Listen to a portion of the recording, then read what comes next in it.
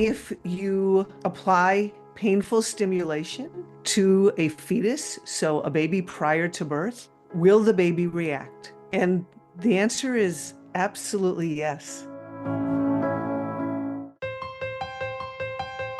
Welcome back to Straight Talk on Life Issues. I'm Victor Nieves, as always, joined by Brad Mattis, president of Life Issues Institute. Today we have a very important question that we're going to be speaking about. Do babies feel pain in the womb? Well, I'm not sure why, but fetal pain is still a debated topic. Some argue it's not possible. But however, medical and scientific evidence suggests preborn babies can feel pain as early as 12 weeks. That's 12 weeks. And that's an important age because it falls within the gestational period that most abortions occur. According to the CDC, in 2022, 92% of abortions were performed at less than 13 weeks gestation. And we're not just saying that. Over the past few decades, several studies have helped shed light on what an unborn child can experience. And they are eye-opening, miraculous, and heart-stopping. And Brad, it makes you wonder just how many women entered into an abortion facility under the false impression that no one would be harmed in the process of that abortion, and that the abortion just rids the world of mere pregnancy tissue rather than a living human being. We'll learn more today as we speak to our expert guest on this topic. First joining us is Dr. Robin Pierucci. She's board certified in pediatrics and neonatology. She has a master's degree in bioethics, and she practiced for close to 25 years at Bronson Children's Hospital, where she was also a medical director for 17 years. We're also joined by Dr. Haywood Robinson. He attended college and medical school in Southern California and then practiced medicine for 40 years. After performing hundreds of abortions, he's a born-again Christian and is now a pro-life advocate. Dr. Robinson and Dr. Pierucci, welcome to the show. Thank you. Good to be here.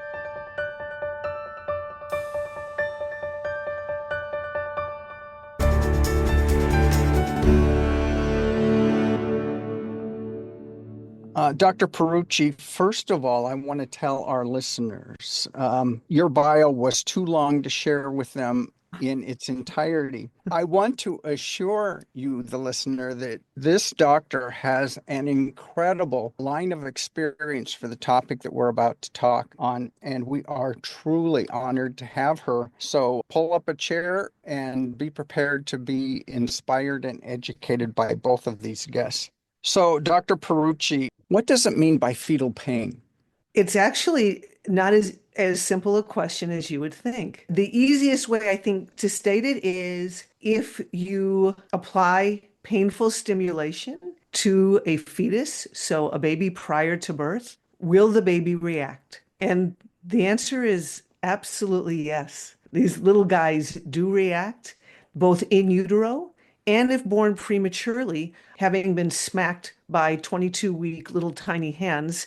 So in age-matched premature children, which I've had the privilege to care for, we know that pain affects them. So then we get into the divergent opinions about what does that reaction mean, but there's no doubt that there's a reaction.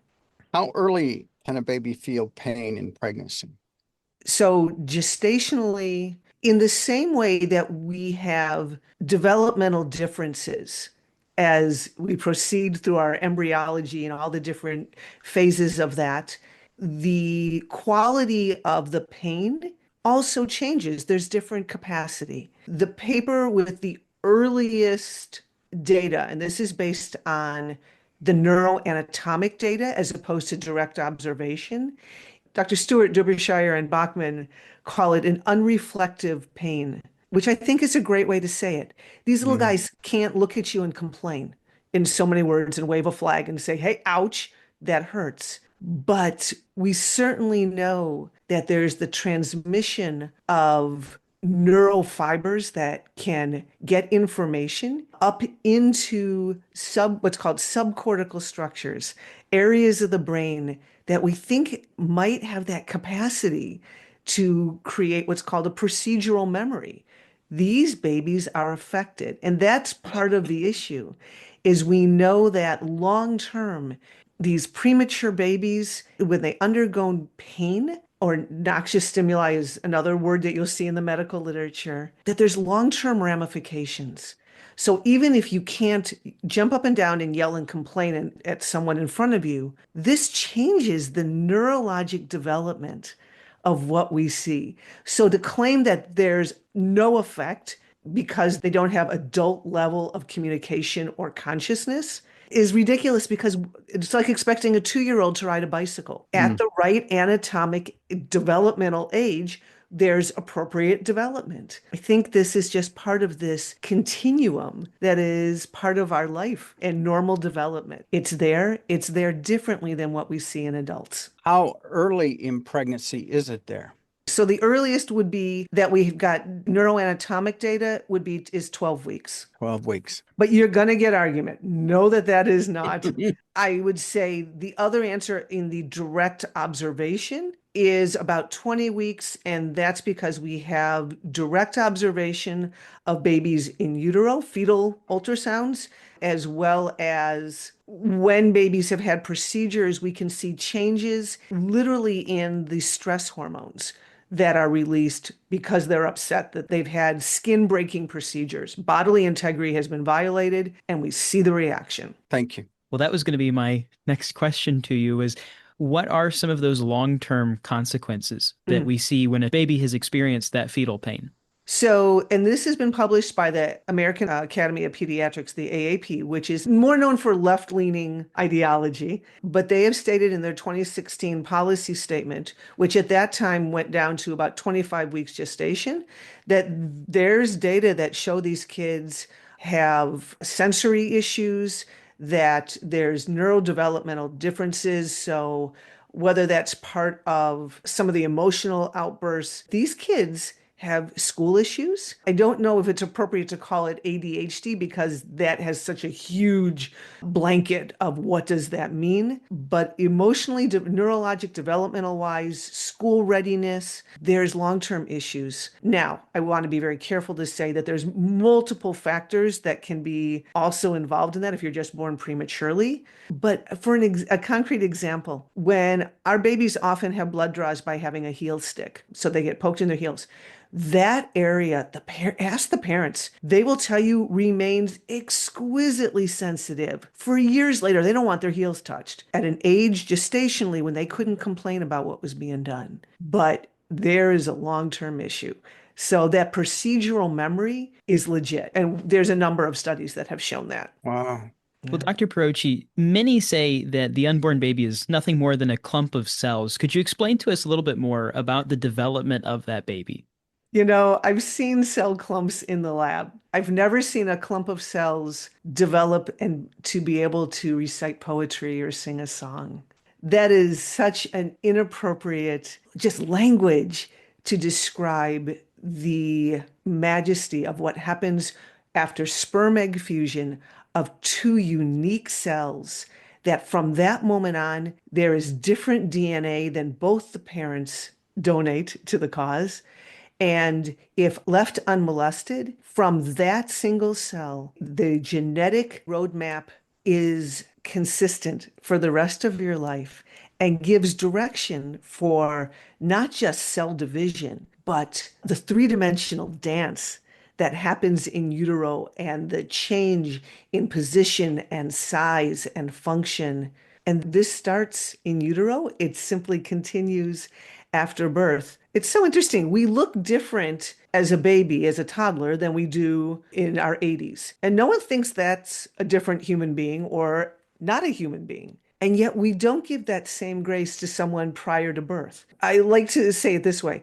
If you look at a picture of your grandmother, have you ever seen a picture of her on her wedding day? If you look at it long enough, okay, it's grandma. My mom once showed me a picture of my grandmother as a child. I'm like, I got nothing.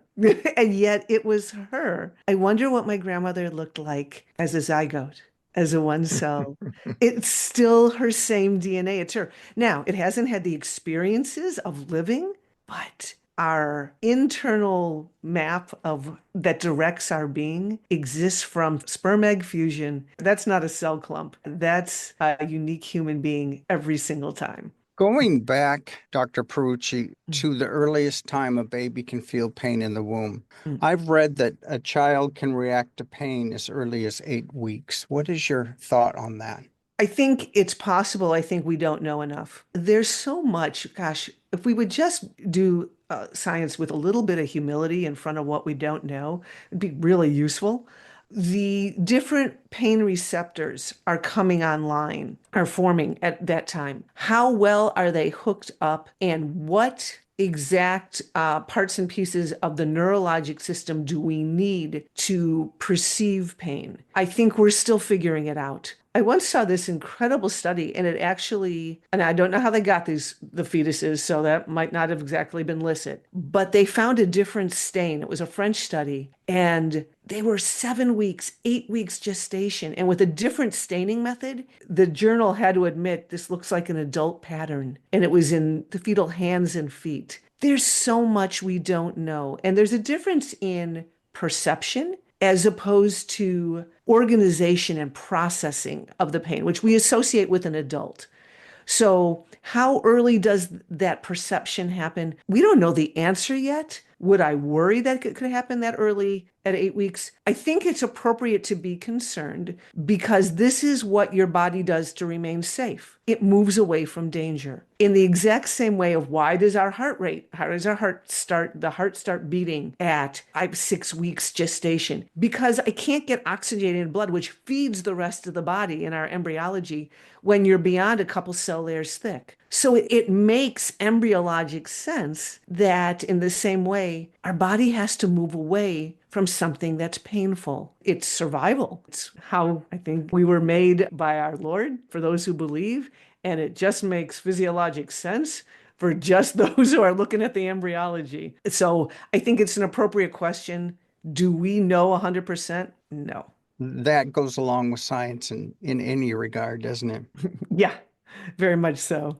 This question I'd like for both of you, Dr. Prucci and Dr. Robinson. Can the pain that's being inflicted on a child be seen by ultrasound? Dr. Robinson? Well, it's interesting you should mention that because the first memory that I have is what I think you, as an older statesman or sage in the pro-life movement, would remember the famous video of Bernard Abramson, The Silent Scream. And he, under ultrasound, showed how the baby was trying to get away from the suction curettage unsuccessfully, unfortunately. So that opened my eyes to what this lump of cells was. This is not just like Jello that's sitting there that was waiting to be destroyed. This very young human being recognized what the good doctor was saying here earlier, noxious stimuli. One of the basic principles of an organism is that it will respond to noxious stimuli to try to get away from it. We really can't tell what gestational age or how soon in the womb or how soon in human development pain is, but if we look at other very elementary organisms like little worms and stuff, if you put something like a needle right next to them, these little things don't have a brain, much of a brain. Some of these little worms may be only a few millimeters long. And what do? They back up. I know we're more than worms. Yes, we're more than just when they use the term clump of cells. I think that's nothing much more than like a racial epithet to try to dehumanize that class of human beings. But yes, the nervous system is developing from early on. It's as simple as that. We can't say exactly down to which day. And when I'm speaking with some of the people who are, the best way I would say, are more lore information people than we, and they say a clump of cells, and I say, you know what, in a way, you're absolutely right. And you are a clump of cells. However, you are an extremely organized, specialized clump of cells that has a spirit, has a brain, and has a future. Yes, it's a clump. It started with one, but it's a big, big, big clump. So, I think we have to sometimes use these epithets or little catchphrases that they use and turn them back on them because many times they haven't really thought it out. But in reality, yeah, we're a clump, but we're a God clump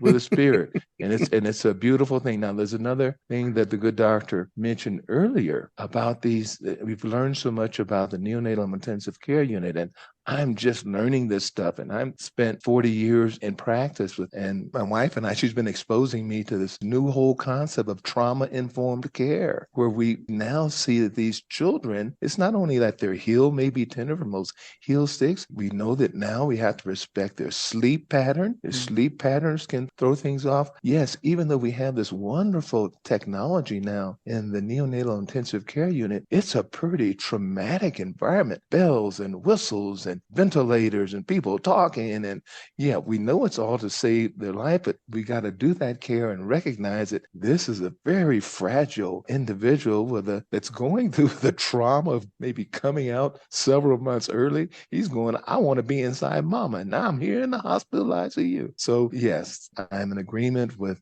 how we develop, how we had to be very careful, how we care for our patients, but also as we look at it, unfortunately, in the light of abortion, that a child who is only hoping to live out that lease, so to speak, in their mother's womb, and in comes this foreign body, and they are trying to get away and they don't get away. And the last thing they experience inside their mother is the pain of being dismembered. It's a horrible, horrible thing.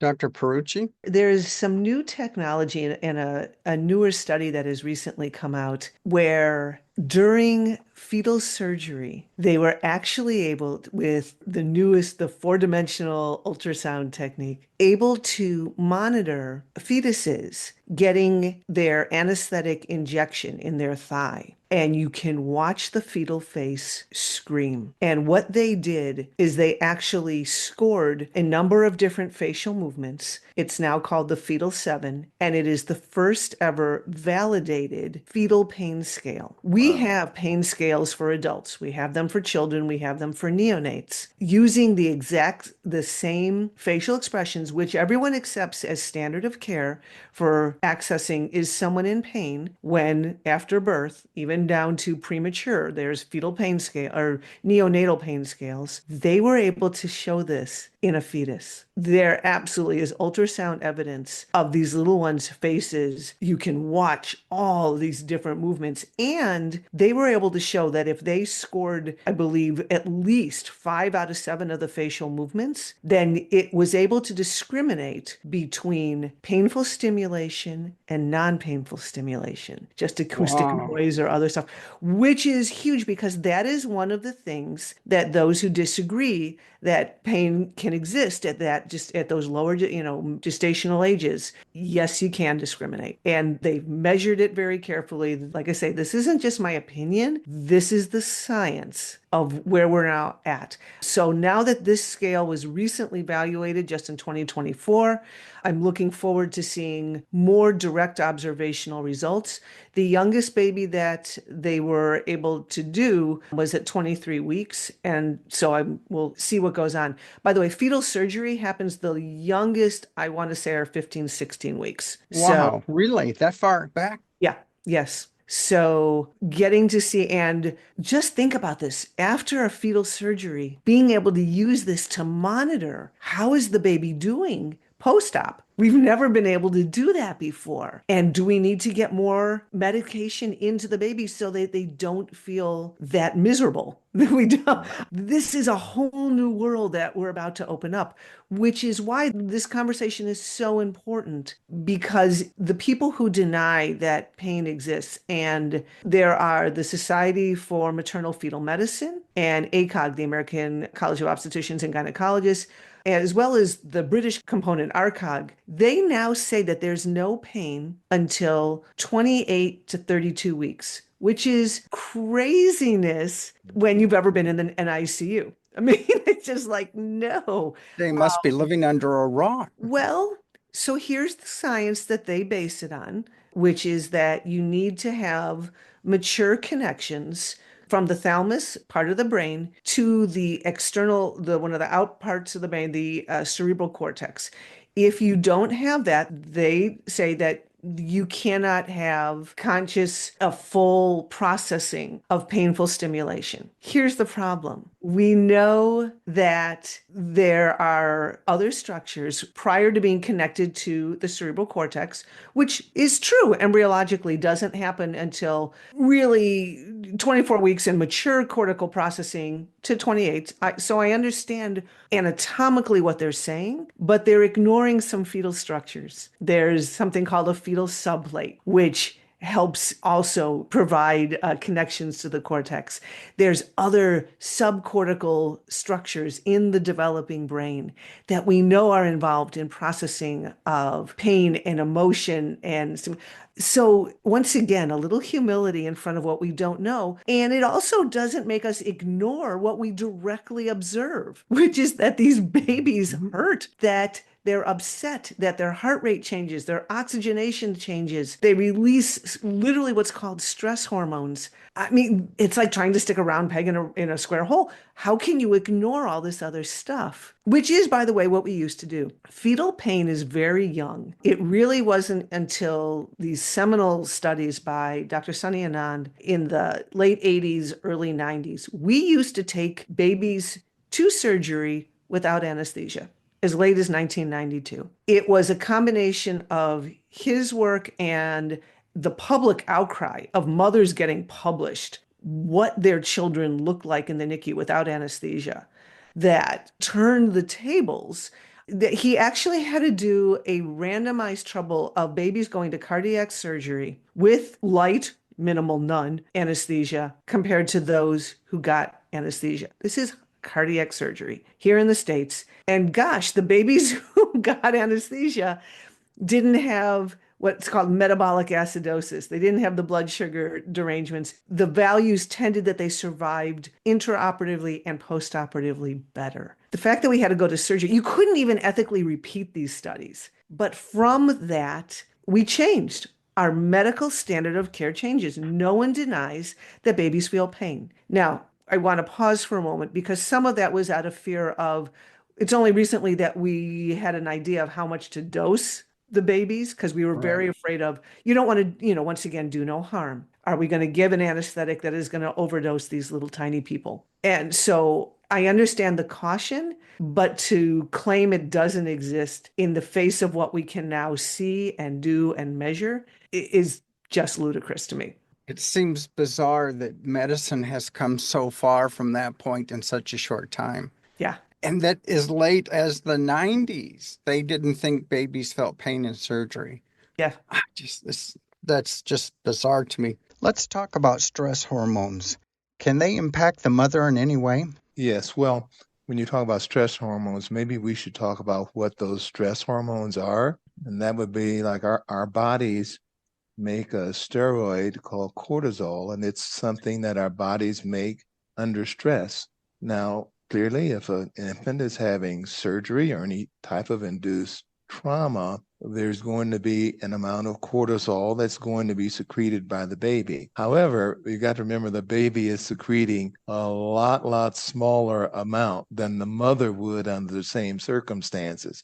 So what I would say is that the mother would not be, since the cortisol is a small enough molecule that would pass between the placenta and go into the mother's bloodstream, but it's probably not enough to make a difference because the mother has her own cortisol cycle within her body that probably eclipses that of the infant. The other stress hormone that many of us talk about is adrenaline or epinephrine or noradrenaline and adrenaline. These are those fight or flight type hormones. They are extremely short acting. But again, the baby's amount would be a lot smaller than what the mothers would experience. So I would say, just based on proportion, a dilutional effect, that the baby's stress hormones would not be enough to significantly affect the mother. However, as my colleague here and I, we see strange things that we don't understand. Mothers are more than just chemically and neurologically attached to their children. This baby knows. When I say knows, it's in quotes. Both of these organisms are synergized in a way that they kind of just know when something's wrong with the other one. We're not going to ever be able to do studies to well document that, but we have twin studies. I happen to be a twin, a fraternal twin, and I know there are things that must have gone on in utero that carry on through our entire life. And I know that was connected with my mother. We also know from other studies, and I think maybe a couple of us on this panel here know about Dr. Philip Ney, who looked at a lot of studies associated with the connection between child abuse and abortion. Well, it turns out babies know when they're not wanted. And he's done several studies. He's a psychiatrist, but thousands of people he's worked with and found without a doubt that these children, we don't know by what mechanism. We even know that children know that they have siblings that are missing without their parents being told if those children were aborted or miscarried. We don't have an explanation for that. So what I'm saying is we're in a constant journey with you guys, with my colleague here online, learning more and more about this fearfully and wonderfully made organism called the human being that we're never going to totally understand, no more than we're going to totally understand the universe. And that points toward that there has to be some God that's just so intricate that we'll just never fathom it. But I'm blessed to know that I belong to him and he belongs to me. Indeed. Now, Dr. Robinson, you bring an additional perspective to our discussion as a former abortionist. And in lieu of our discussion about fetal pain, could you describe the process for family radio that would impact, or how that would impact fetal pain? Well, being honest, I have to say at that stage of my life, I didn't really give a flip, right? I wasn't a believer. I was doing this primarily for the money. That's no excuse, though. But it never really occurred to me that this baby that I'm dilating this woman's cervix, the opening to the uterus, I'm sticking instruments in there that are literally mutilating this small human being. And then at the final stages, using a suction curette to suck it out with a pump and leave it in a jar. I mean, that is barbaric to say the least. But, I guess I've learned spiritually how the enemy can not allow you to see something that is so horrific, so barbaric that you can actually dehumanize a child. And that's part of what has happened in medicine. And my colleague here recognizes that we have to see these patients that are inside their mother getting surgery, or outside of their mother, very young in the NICU, that these are human beings, and a human being is a human being no matter how small. So I regret every single abortion now, and I have to accept the trauma that I inflicted on those babies, but also we got to recognize that connection between the mother and the baby, the trauma that the mother went through during this process, knowing that their baby was being torn apart is I don't think as a man I can put myself into those shoes and understand it, but it shows, I think, how we as physicians, the great responsibility that we have and the power of life and death that we have in our hands, that absolutely has to be under God's control and lordship, because without it, we can do horrific damage to humanity. Dr. Robinson, as we spoke of earlier, we know that these preborn babies that are receiving surgery, they're given anesthesia. The question I have, and I think everyone has, is if the baby does not feel pain, why would that anesthesia be necessary? Well, what good doctor was saying earlier, they used to do the surgery without anesthesia. And we look back on that and it makes as much sense as, using leeches on people to make them get better. Well, we live and learn, and the whole point, they had to do a study. We have these things, these boards within hospitals that review research and approve to see if this is something that's ethical or humane to actually take a group of people. Now that we suspect that these young individuals are experiencing pain, for us to finally be able to prove it, we're going to continue to do the same thing on a group and inflict that pain, so that later on, everyone we do this surgery on will have the luxury of having anesthesia. I think what we're seeing here is one of the unfortunate legacies of how we, as physicians, we have to take the responsibility that we sometimes are like clumsy lummoxes, bulls in a crystal shop sometimes, breaking stuff. But hopefully, even when we're breaking stuff, we can learn. As we've learned now, we would never think about doing surgery or routine circumcisions and all that type of stuff without anesthesia because we recognize pain. And it's very interesting. In the 1980s, even before we were recognizing fetal pain, the Joint Commission of Accreditation of Hospitals was bringing great awareness to pain and calling it the fifth vital sign. And you remember that, doctor, and how they Oh, were, yeah. when they were doing the surveys on our hospitals and they were going through our records and, well, you didn't document that the patient, you asked the patient about pain that during your shift, and you didn't do that. And they had the seven faces, the smiley face, meaning no pain, and then the crying tears happen.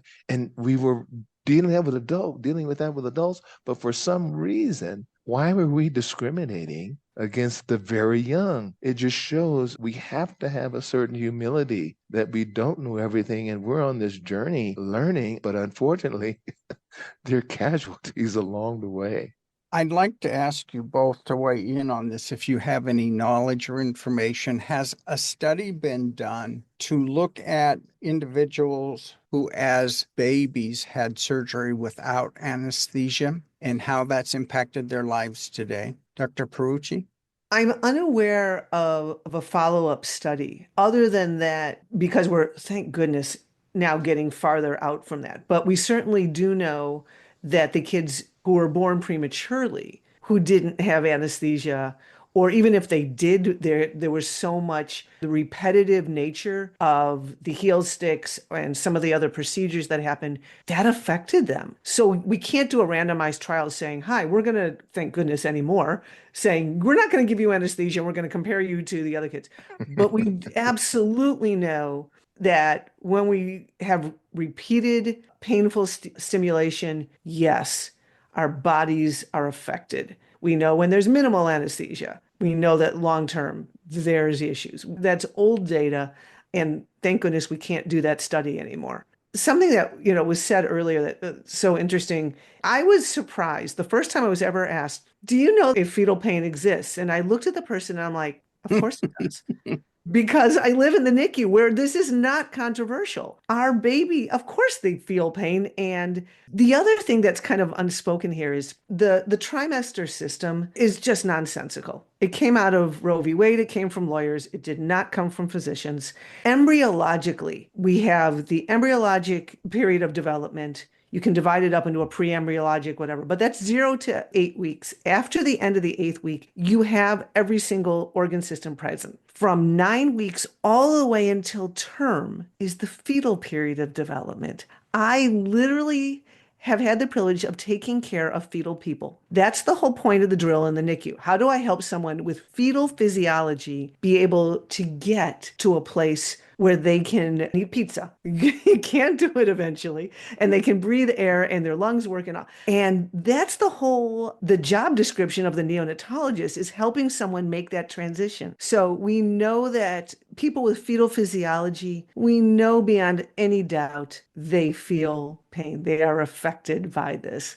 And that doing something about that, we know that they actually have better courses through the NICU. This is an ongoing project. It's a 4-year project that multiple NICUs are undertaking right now, looking at, it's called All Care is Brain Care, and re-looking at everything in the NICU. How are they touched? Can we get them more often into the parent's hand? Can we decrease the number of times we're annoying them with nursing care and have it be physiologically cue-based care as opposed to on the clock every 3 hours? Intentionally trying to decrease, as Dr. Robinson pointed out, being in the hospital is not a good place to be. It's not fun. You don't get good sleep. You get woken up by alarms. How do we make that environment better so that it improves not only their neurologic development, but they have a better course through the NICU and have less problems on all sorts of levels? So the idea that we're so far beyond just direct painful stimulation is a problem. We're talking about the entire environment of the NICU affects neurologic development.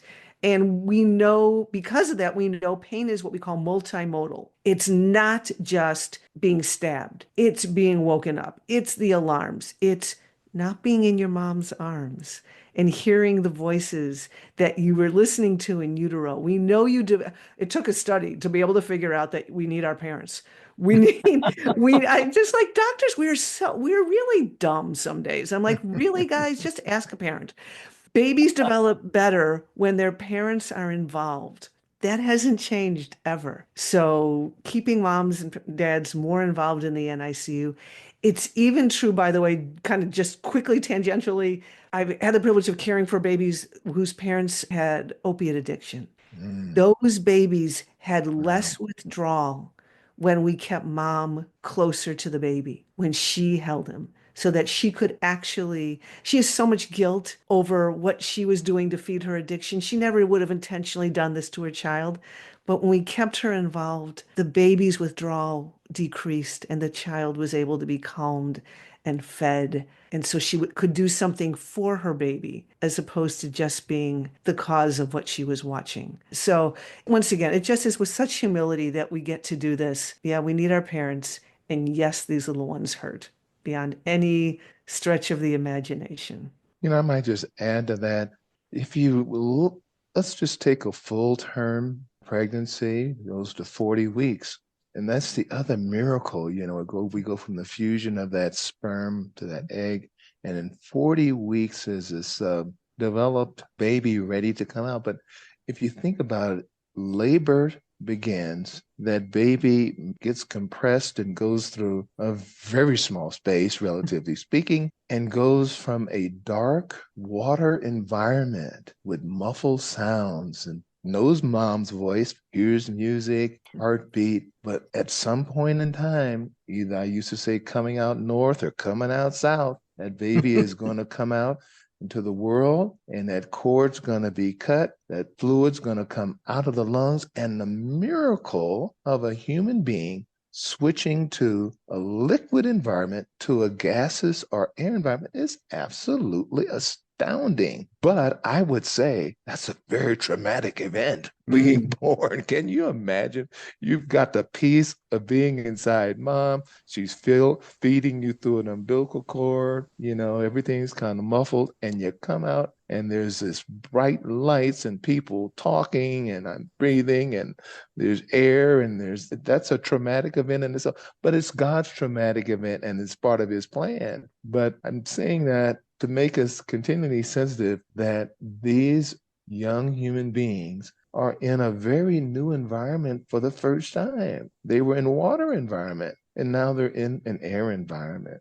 Do you, Dr. Pierucci, have any stories you could share as far as working with patients and the realization that pain is present, where a light bulb came on in the minds of the parents? I don't have a light bulb pain moment, but one of the things that is so fascinating is the amount of personality that babies arrive with, including when they're really, really, really premature. I love when there's twins and there's usually one who is like obviously been kicking his brother or sister in utero, and the other one is kind of laid back. And the parents are like, oh yeah. And it's so astonishing to watch that this little person, they are who they are. And they're just any parent who's been in the NICU for any duration of time would look at you like you just got three heads or just brain dead yourself if you actually looked at them and said your baby didn't feel pain. This is just an astonishing, any parent who's been in the NICU, I challenge you to ask them, it's so awful to watch a blood draw or just all the stuff that goes on. And they partner with us very intentionally to try to decrease that, getting babies into mom's arms. We used to say, when they're really, really tiny, and by tiny, our youngest, they're about the size of your hand. I mean, at 22 weeks, we're talking 500 grams, 400 grams. They're tiny. Their skin is different and it's scary. What do you mean you want me to pick up this child? And yet, one of the best things I get to tell parents is, no, no, no, you don't understand. You are still part of the miracle of this child, and you are part of the medical team. Your baby will do better for getting you into those arms. And when mom and dad understand that the baby's better off there, and what we do is called kangaroo care. We put them skin to skin better than any. And I always wonder who it's better for, because I watch mom's heart rate kind of and baby's heart rate kind of Yeah. chill. And it is an astonishing moment the first time they get to do that. So, because of how NICUs are now run, we would never deny that painful procedures exist. We're inviting parents in to be part of the solution to what we're seeing. And so it is, it's also with a sense of shame when I don't always, I'm not as sensitive to that, and just trying to remember this little guy, we owe them everything. And I grew up in a home that was very pro-abortion. They still think I've lost my ever-loving mind, quite honestly. And it was on my knees in front of these little guys that is part of my own changing of heart in front of them, and how miraculous they are. I'd like to just add to what we were just saying, in that we have, as believers, this wonderful Bible. And if we go to Genesis, we can see where we have things like the first surrogate mother, with Abraham and Hagar. Very, very interesting. We won't get into why that wasn't the best idea, but you're still dealing with the consequences of that. But one that's, I guess, more relevant to what we're speaking tonight, Rebecca had twins, Jacob and Esau, and they battled within their mother's womb because only one of them was going to get God's blessing and carry on the covenant of Abraham, Isaac and Jacob. So I just think as believers, we are blessed to have this fund of academic knowledge, which we have to acknowledge comes from God. We did not make up the findings that we have in science. It's been there all along. Oh, think about it. The first preemie is John at 6 months jumping up and down in his mother's womb and saying, right. Look, Jesus is here. I mean, yeah, so it's just a blessing. I mean, we not only have the academic, but as a believer, we are armed on all levels because we have the knowledge and the anointing of the Creator himself. Dr. Robinson, let me ask you this. What would you say to someone who makes the claim that abortion is an act of love or an act of mercy to save a baby from feeling future pain? Well, first, as we've made it quite clear, abortion in of itself is traumatic and painful, not only to the baby, of course, to the mother. And when people ask that question, and I would broaden your question a little more to the rape and incest, why they think that an abortion will help a woman who gets pregnant by a relative or by a sexual assaultant. Now, we first have to acknowledge that is a traumatically induced event, okay? Yes, we acknowledge that. But what if I were to tell you, Victor, you've come into me with a broken arm and you're in pain, and I tell you, well, Victor, you know what's going to help? If I break your other arm right now, you're not going to notice the pain in that first broken arm very much anymore because you're going to be focused on the second broken arm. No, you don't treat trauma with additional trauma, okay? So pain is never good. Abortion is never good. It always is bad for the baby, and we have all kind of effects so that we know how it affects the mother psychologically and possibly physically. There are no benefits that come from doing abortion. Those are all made up to make us justified in the wickedness of taking a preborn's life. Now, someone would say, well, this baby is going to have a heart disease. We've diagnosed they're going to have a heart disease, or the baby is going to be anencephalic, or the baby's going to have this and that, and the baby should be spared from that. And again, there is no logic when you talk to anyone who is grown up to the point where they can talk about their disability. When you talk to the women who still have relationship with their children who are the product of incest and rape, they all value their life. You don't run into human beings that, oh boy, I wish I would have aborted my special needs child, because this child is always in pain. Oh, we always have to do this for them. No, what the special needs children do for families is they build compassion, they build care within that family, a certain sensitivity. And you'll see anyone who has a relationship with a special needs family sees how the children and the parents work together for the good, the common good of that child that needs that compassion and needs that care. So that's just stinking thinking. Okay. So that's the best way I can put that. Did you have something to add, Dr. Pierucci? So I have recently transitioned from full-time nonstop work in the NICU. I've been working with a group called Be Not Afraid, and now I also have a group called Navigating Fetal Concerns, specifically devoted to parents who get a prenatal diagnosis and want to continue to carry their pregnancy because these women get bludgeoned with offers to terminate if there's even a suspicion Yes. that there's an anomaly, if there's something not quite right. And, you know, thank goodness my mom on a fetal ultrasound couldn't tell what a stubborn pain in the butt I was going to be. No one would have signed up for me. But we're intrinsically valuable. So to get to walk with these moms for however long we get to and help navigate whatever this is, whether the baby passes in utero or, okay, we get to a live birth. We now get to evaluate and stabilize because here's a news flash. We sometimes get it wrong. The fetal diagnosis is not always accurate. And even if it is, there's something called a spectrum of disease. I don't know how the baby's going to be affected. So it is our privilege to get to uncover what that is. And I agree with Dr. Robinson completely. Families who I talk to who have children that are wired a little differently or wired a lot differently, they'll tell you getting to care for those children makes them better. As I think our Mhm. children always do. They make us better human beings for getting to care for them and about them. So, in a society that we throw things away really easily when they're, quote, not perfect, that's not how we treat human beings. Not only the And parents benefit, but the siblings Oh, become absolutely. wonderful people, Yeah. both in childhood and as adults. And you know, it really angers me. I just want to echo what was just said, and that was that families report to me how when they will find the smallest thing that may be indicative of a problem, where there's, oh, well, I think I might see a hole in the septum of the heart, something that could easily be there and go away. Oh, I think I see this. And they immediately start pressuring, bullying the family.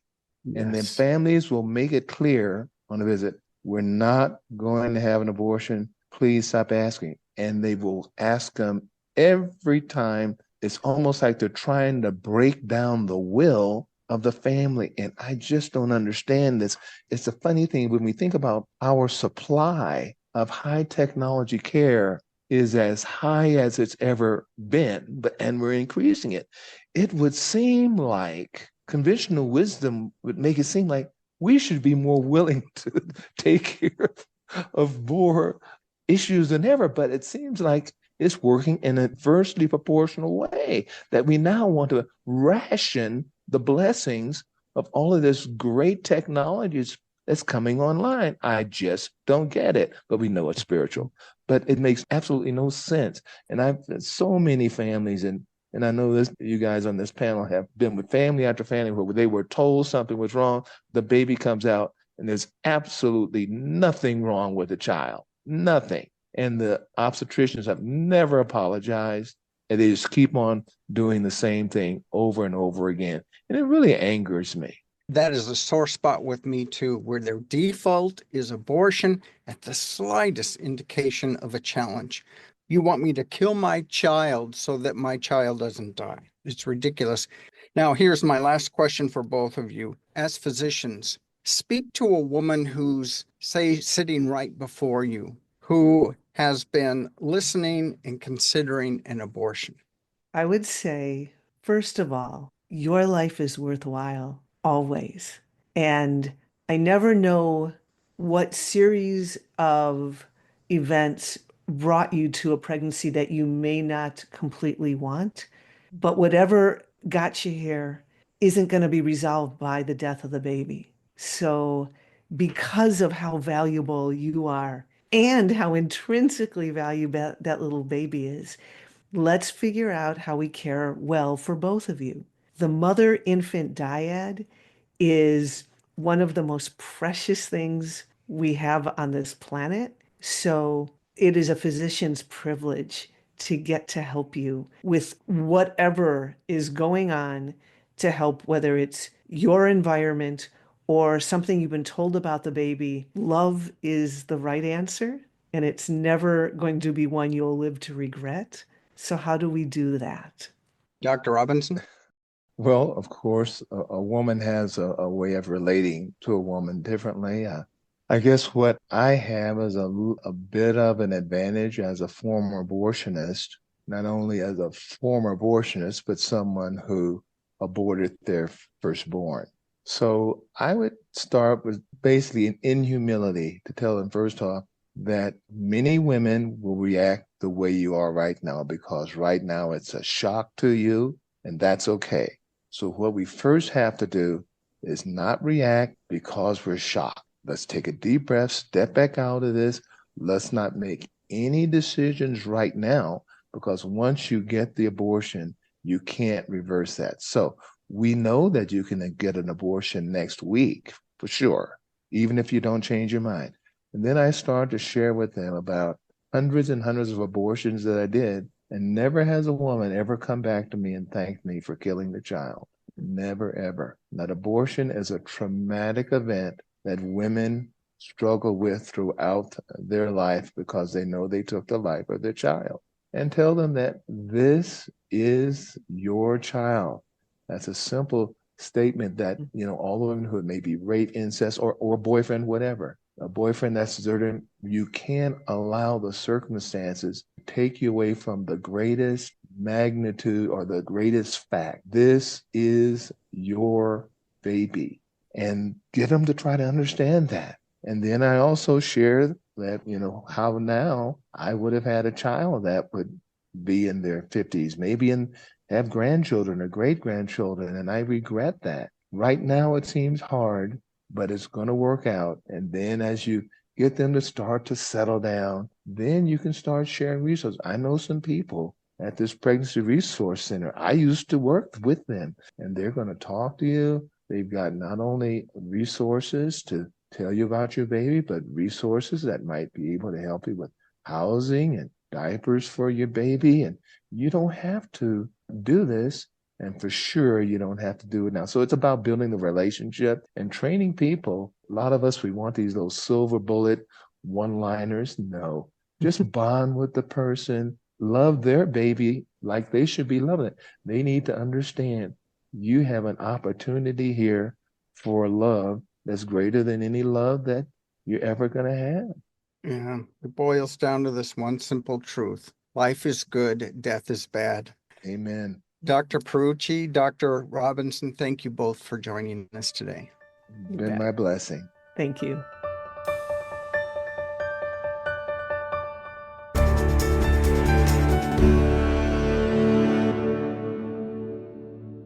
Well, Brad, after this conversation today and after the expert insight from our guests, I think we can definitively answer that question of, do babies feel pain in the womb? Of course we can. The evidence is overwhelming. I guess the only question is how far early in pregnancy can they feel pain? 12 weeks, 8 weeks earlier?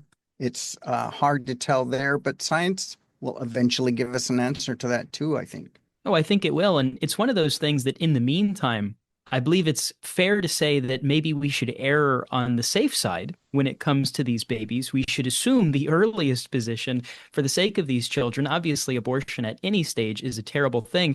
But Brad, we have to wonder how many women would follow through with an abortion if the abortionist told them, hey, your child very well may be feeling excruciating pain during this process.